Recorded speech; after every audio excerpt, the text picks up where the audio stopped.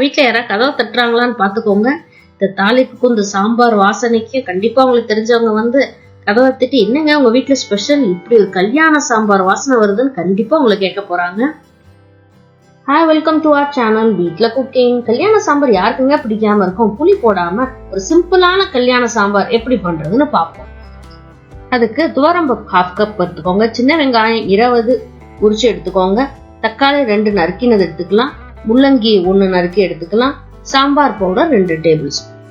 இந்த சாம்பார் பவுடர் வீட்லயே அரைச்சது தாங்க. எப்படி வீட்டுல அரைக்கிறதுங்கிறத நம்ம சேனல்ல ஆல்ரெடி வீடியோ அப்லோட் பண்ணிருக்கோம். பார்க்காதவங்க பார்த்து ரெசிபியை தெரிஞ்சுக்கோங்க. உங்களுக்காக இந்த வீடியோ முடியும் போது இந்த சாம்பார் பவுடர் பண்றதுக்கான வீடியோ லிங்கை ப்ரொவைட் பண்ணிருக்கோம், மறக்காம பாருங்க.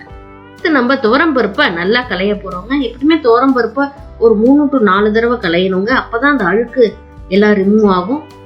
பாருங்க, செகண்ட் டைம் தேர்ட் டைம் களையும் போது அந்த தண்ணியே கொஞ்சம் அந்த கலங்கள் குறையுது. இப்ப நான் ஒரு 4th டைம் வாஷ் பண்ணும்போது பாருங்க, தண்ணி ஓரளவுக்கு கிளீன் ஆயிடுச்சு. அவ்வளவுதாங்க, ரெடி ஆயிடுச்சு.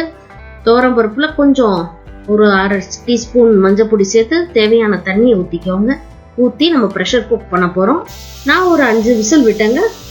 உங்க வீட்டுல எவ்வளவு விசில் விட்டா அந்த பருப்பு மசிஞ்சு வருமோ அவ்வளவு விசில் விடுங்க. 5ஆ இருக்கலாம், 7ஆ இருக்கலாம், தேவையான அளவுக்கு விசில் விடுங்க. இப்ப தால் நல்லா குக் ஆயிடுச்சு பாருங்க. இந்த தால்ல எக்ஸஸா வாட்டர் இருக்குல்லங்க, நம்ம வேக வைக்கும் போது வச்சோம் தண்ணியை ஃபர்ஸ்ட் தனியா எடுத்துருங்க. இந்த தண்ணியை பின்னாடி சாம்பாருக்கு தான் நம்ம யூஸ் பண்ண போறோம். இப்போதைக்கு அந்த எக்ஸஸ் வாட்டரை ஸ்ட்ரெயின் பண்ணி எடுத்துட்டு ஒரு கரண்டி வச்சு அந்த தாலை நல்லா மசிச்சுக்கோங்க.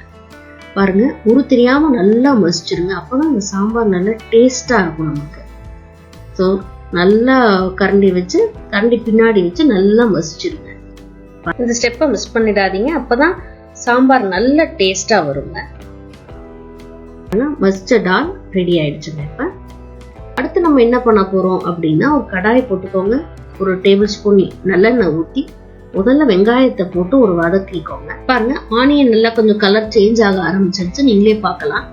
அந்த ஸ்டேஜ்ல கொஞ்சம் முள்ளங்கியை போட்டுக்கோங்க. முள்ளங்கியும் போட்டு இந்த ஆனியனையும் முள்ளங்கியும் சேர்த்து ஒரு லைட்டா வதக்கி விட்டீங்கன்னா இப்ப தக்காளியும் சேர்த்துக்கோங்க.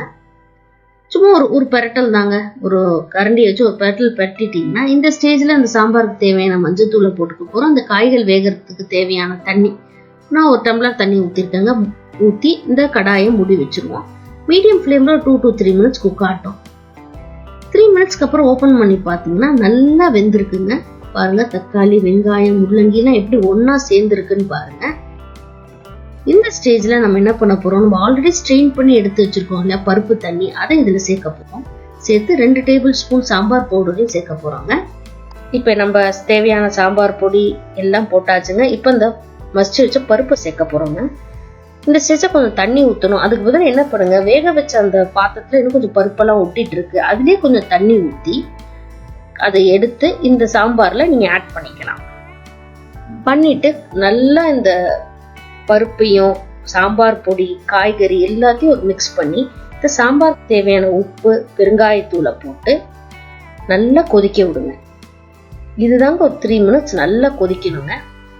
அப்போதான் உங்களுக்கு அந்த பச்சை வாசனை, சாம்பார் பொடியோட பச்சை வாசனை எல்லாம் போகும். ஒரு 3 மினிட்ஸ் நல்லா கொதிக்கட்டுங்க. நல்லா கொதிச்சு அந்த சாம்பார் வாசனை வந்தோடனே கொஞ்சோண்டு கொத்தமல்லியை நறுக்கி இந்த சாம்பார்ல ஆட் பண்ணிடுவோம். இப்ப நம்ம அந்த சாம்பாருக்கு தேவையான தாளிப்பு எண்ணெய் ரெடி பண்ண போறோம். கொஞ்சம் நல்லெண்ணெய் ஊத்திக்கோங்க, கடுகு போட்டுக்கோங்க. வெடிஞ்ச உடனே கொஞ்சம் பெருங்காயத்தூளை போட்டு இதுல சாம்பார்ல கொண்டு வந்து அந்த தாளிப்பை சேர்த்துருங்க. வீட்டுல யாராவது கதவை தட்டுறாங்களான்னு பாத்துக்கோங்க.